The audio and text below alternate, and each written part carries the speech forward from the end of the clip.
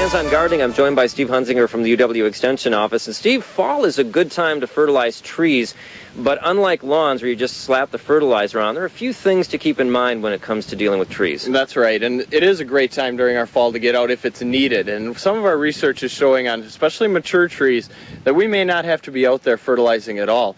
Much of the growth that can be put on if we're over-fertilizing mature trees can be soft growth, which grows too fast for the tree itself, leading it susceptible to disease, insects, and other possible problems with that tree. Okay, and another important thing to remember is get a soil test so that you know exactly what you're dealing with. That's right. The kind of fertilizer that we want to put on is going to depend upon that soil sample that we're going to take.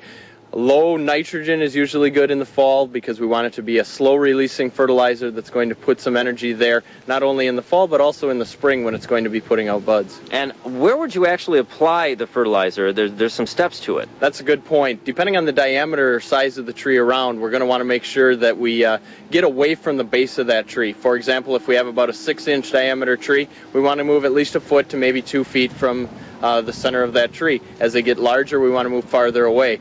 2 feet increments from there on out once we establish that first baseline.